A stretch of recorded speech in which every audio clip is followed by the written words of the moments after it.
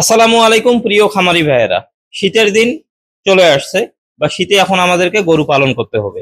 আমরা যারা হাড্ডিসার গরুর খামার করে থাকি আমাদের জন্য কিন্তু একটা বাড়তি প্যারা বা বাড়তি একটা প্রেসার হয়ে গেল। কারণ শীতের সময়ে গরু লালন পালন করা অন্যান্য দিনের থেকে একটু হলেও কিন্তু কঠিন আছে, একটু হলেও কঠিন আছে।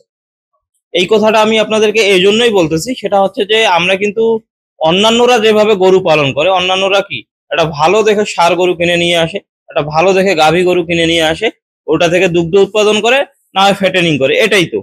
কিন্তু আমরা যেটা করে থাকি সেটা হচ্ছে যে একদম দুর্বল, একদম চিকন গরুটা কিনে নিয়ে আসি বাজার থেকে খুঁজে খুঁজে, ওই গরুটা নিয়ে আসে কিন্তু আমরা মোটা তাজা করে থাকি। তো আমাদের ক্ষেত্রে কিন্তু একটু টাফ। তো আপনারা যারা নতুন খামার করতেছেন, আমি আপনাদেরকে একটা জিনিস সাজেস্ট করতে চাচ্ছি, সেটা হচ্ছে যে যদি আপনি ষাঁড় গরু কিনে থাকেন কিংবা হাড্ডি গাভী কিনে থাকেন, আমার মতো যেটাই করেন না কেন, সেটাতেই অবশ্যই আপনাদেরকে একটু সবল দেখে কিনতে হবে। কথাটা এই জন্যই বলতেছি, সেটা হচ্ছে যে যেহেতু আমাদের মূলধনটা কম, 4-5 লাখ টাকা মূলধন, 4-5টা গরু কিনবো, সেখানে যদি আমি একটা অতিরিক্ত দুর্বল কিনি, সেখান থেকে যদি গরুটাকে আমি সবল করতে না পারি বা শীতের প্রভাবে যদি গরুটাকে আমি মোটা তাজা করতে না পারি, তাহলে কিন্তু আমার পুরো চালানটাই লস। এজন্যই আমি আপনাদেরকে বলতেছি যে যাদের মূলধন কম আছে আপনারা একটু সবল দেখে গরুটা কেনার চেষ্টা করবেন। আর যাদের তো অভিজ্ঞতা আছে তারা যে কোনো গরুই কিনতে পারেন, কোনো সমস্যা নেই। আলহামদুলিল্লাহ আমি আপনাদেরকে এতটুকু বলতে পারি, আমি বহুদিন ধরে কিন্তু গরু ফ্যাটেনিং করতেছি, আপনারা জানেন। এই যে গরুগুলো দেখে, এই যে দেখছেন এখন আপনারা, এই গরুগুলো কিন্তু সবগুলাই নতুন, মানে দুর্বল অবস্থায় নিয়ে আসা হয়েছে। আলহামদুলিল্লাহ এগুলোর পরিবর্তন হয়েছে। তো আমি পরিবর্তনগুলো আপনাদেরকে দেখাবো। তো সেটা বড় কথা না, কথা হচ্ছে কোনটা, যে আমরা যারা অভিজ্ঞ খামারি আছি বা যারা আমরা অনেকদিন ধরে খামার করতেছি, আমরা কিন্তু যে কোনো গরু কিনতে পারি।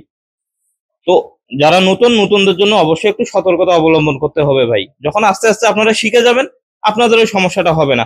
কারণ শীতে কিন্তু গরুর ক্যালসিয়াম শর্ট হওয়ার প্রবণতাটা অনেক বেশি থাকে। এই ধরনের সমস্যায় যাতে না পড়ি, অবশ্যই আমাদেরকে যার যার অবস্থান থেকে আমাদেরকে সচেতন হইতে হবে।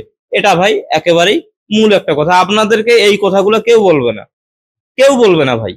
কারণ আমি খামার বহুদিন ধরে করে আসতেছি, আমি জানি যে কোন জায়গাগুলোতে খামারিরা হোঁচট খায় বা কোন কোন জায়গাগুলোতে গিয়ে আমরা ধরা খাই। তো এরপরে যেটা বলতে চাচ্ছি, মূলত আজকে এই বিষয়টাও আমাদের মেন বিষয় না, মেন বিষয় হচ্ছে গরুকে গোসল করানোর নিয়ম শীতের সময়। তো আসলে আমরা কিছু কিছু কাজ করে থাকি, যেগুলো কাজ অনেক সময় রুলসের বাইরে করতে হয়, নিয়মের বাইরে করতে হয়। তো নিয়মের বাহিরের ভিতরে আমার খামারে যে গরুগুলো আছে, এই গরুগুলোর গোসল সিস্টেম এটা একদমই নিয়মের বাহিরে, এটা আমি জানি। কেন এই কথাটা বললাম, সেটা হচ্ছে যে আপনারা জানেন গরুকে কিন্তু গোসল করানোর নিয়ম দুইবার। সকালে একবার গোবর টবর পরিষ্কার করার উপরে গরুটাকে গোসল করাইলাম, বিকেলের দিকে একবার বা সন্ধ্যার দিকে আগে আগে গোসল করাই দিলাম। মূলত আমরা ফ্রিজিয়ানে যারা বড় বড় গরু ষাঁড় পালন করে বা যারা গাভী পালন করে দুধের জন্য, দেখবেন যে এই এই সিস্টেমটাই কিন্তু করে।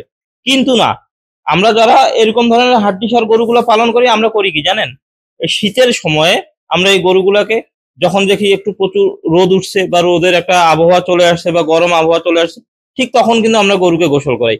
এতে কোনো কোনো সময় গরুকে 10 দিন পরেও গোসল করাই, কোনো সময় 7 দিন পরে করাই, কোনোদিন আবার গরুকে 15 দিন পরেও গোসল করাই, এরকম ধরনেরও কিন্তু আমার রেকর্ড আছে।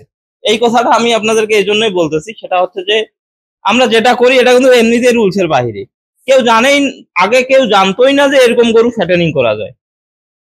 তো আমি সহ আরো বেশ কয়েকজন আমরা ইউটিউবে আলোচনা করার পর, ভিডিও করার পরে আপনারা হয়তোবা জানছেন, এখন আবার নতুন নতুন অনেকেই ভিডিও দিচ্ছে।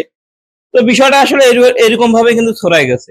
তো বিষয়টা আমি এই জন্যই বলতেছি, সেটা হচ্ছে এই ধরনের গরুগুলোকে যদি আপনি 2বার করে গোসল করান বা প্রতিদিন যদি গোসল করান, আমি আপনাদেরকে এতটুকু শিওর দিতে পারি যে গরুগুলার আপনি নিউমোনিয়া ধরাবেন। আর গরু যদি নিউমোনিয়া হয়ে যায়, ওই গরুর পিছনে কত খরচ হতে পারে সেটাও আপনাদের ধারণা আছে। এজন্য আমি আপনাদেরকে বলবো, শীতকাল আসছে, কোনো সমস্যা নাই, শীতের সময় আপনারা পর্দা টর্দা লাগাই দিয়ে বাল্ব টাল্ব জ্বালাই দিবেন, গরুর খামারটা গরম রাখবেন, ঠিক আছে? এতটুকুই আপনার কাজ। গোসল করানো নিয়ে টেনশন করার লাগবে না। খামারের যে ফ্লোরটা আছে, ফ্লোরটা প্রতিদিন ধুয়ে দিবেন, ফ্লোরটা পরিষ্কার করে রাখবেন, বালু টালু ছিটিয়ে দিয়ে রাখবেন, ফ্লোরটা পরিষ্কার রাখলেই হয়ে যাবে। আর গরুর গা এমনিতেই দেখবেন, যদি আপনি ফ্লোর পরিষ্কার করে রাখতে পারেন, গরুর গা এমনিতেই পরিষ্কার থাকবে। আর শীতের সময় গরুকে গোসল করানো নিয়ে খুব একটা প্রেসার ক্রিয়েট করার দরকার নাই। 10 দিন, 15 দিন, 12 দিন, 18 দিন, যাই দিন লাগুক না কেন, যেদিন আপনার কাছে প্রয়োজন মনে হবে যে আজকে আবহাওয়াটা গরম, সেদিনই আপনি গোসল করাবেন। এটাই হচ্ছে মূলত নিয়ম, বা আমি এভাবে করে থাকি। এটা নিয়ম বলবো না, আমি আমার খামারে এটা করে থাকি। তো যাই হোক, আজকের ভিডিওটা এই পর্যন্তই। আপনারা অনেকে জানতে চান যে গরুকে গোসল করাতে হবে শীতে কয়বার, এই জন্য একটু জিনিসগুলো বুঝাই বললাম। বুঝাই না বললে আবার আপনারা মনে করবেন যে রাকিব ভাই তো খামারেই বুঝে না, অনেকে এগুলাও বলতে পারেন। এই জন্য একটু বুঝাই বললাম, ভেঙ্গে ভেঙ্গে বললাম। তো সবাই ভালো থাকবেন, সুস্থ থাকবেন। ধন্যবাদ সবাইকে। আসসালামু আলাইকুম।